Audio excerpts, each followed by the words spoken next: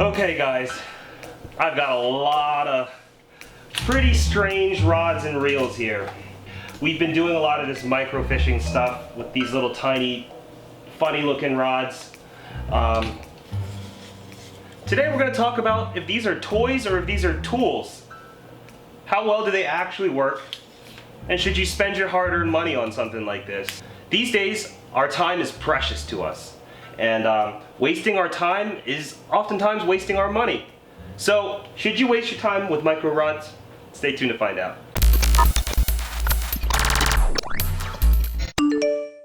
First up, you guys have seen this before. The M rod. Now this is a knockoff M rod from China. I got for around 35 bucks. Took about a week to ship to me. And it doesn't come with the reel. The reel is my own. This is an Ocean City 350. It's a vintage reel. It actually doesn't have any anti-reverse. It only has, it's really weird. Okay. Anyways, it didn't work very well with this rod. This rod is actually pretty difficult to work because there's no actual rod on here. How do you work your lures? How do you work your bait? How do you set the hook? No, you don't spring it out like that. I've tried. It didn't work very well.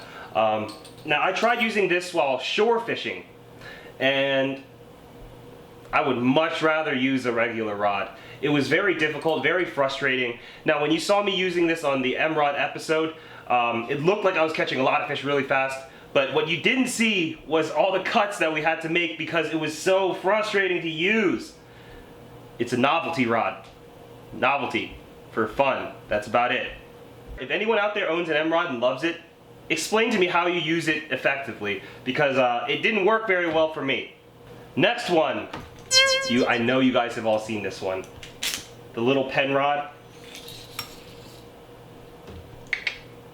Really portable, right? Really portable.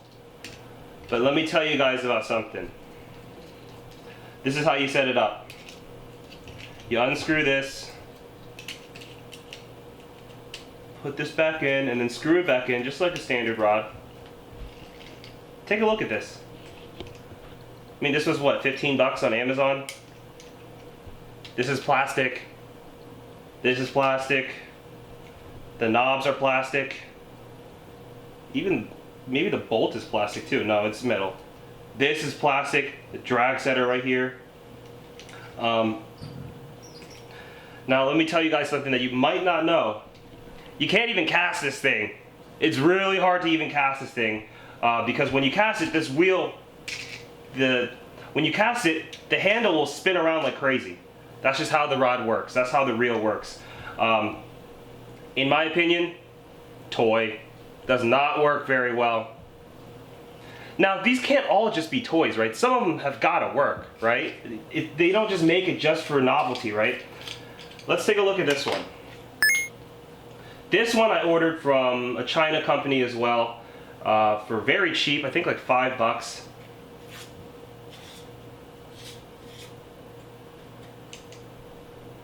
Okay. I mean, you can look at the guides, plastic, cheap, but I think this will be pretty effective at the creek. At least it's got some length to it, you know. This M-Rod has no length to it. It's very unsensitive. This one works pretty well. I haven't showed you guys on camera, but this one works pretty well and is just as portable as the M-Rod. Look how short this handle is. Tiny. This thing is almost the size of my hand.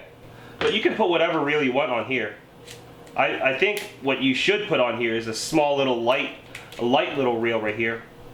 But this was a nice little cheap one that I think it works pretty well. Much better than the other ones. These two are definitely novelty.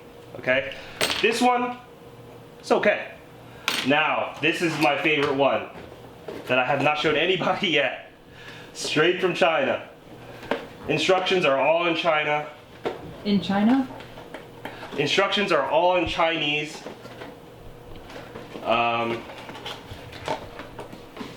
This one. Okay. So first of all, it collapses like this, and then clicks on like that. the way you release the line is you push this little trigger right here, and this is how you hold the rod, like this. You push the trigger, that lets the line out, okay? And it extends to probably 3 feet, 4 feet. It's a left-handed rod, so this is how you cast. You put your finger down on the trigger, bring it above your head, whoop, and then when you press it again, it stops the line from coming out anymore. So this has a lot of control. Woo! This is a fun one, and I have not, woo! Dang, this thing casts far. I have not tested this on fish yet, but I use this to tease my dog right here. Kira will run around trying to eat this thing, and I get to practice my casting and retrieving speeds. This thing is nice because I can actually use this, and the rod is actually long enough for me to feel the fish and set the hook. Again, I wouldn't target mega fish with this because this is not a great material. You can always tell with these rods if they're cheap or not by their guides here, if they're plastic or not, what the material is made of, how each segment is connected together. And this is definitely better than this one, at least, the segments. I think this rod was about $35 online. Again, it's a pretty portable rod that I actually cannot wait to use on the field. And it collapses really easily. And then you push this button right here, and it's in half. And then you can store it away.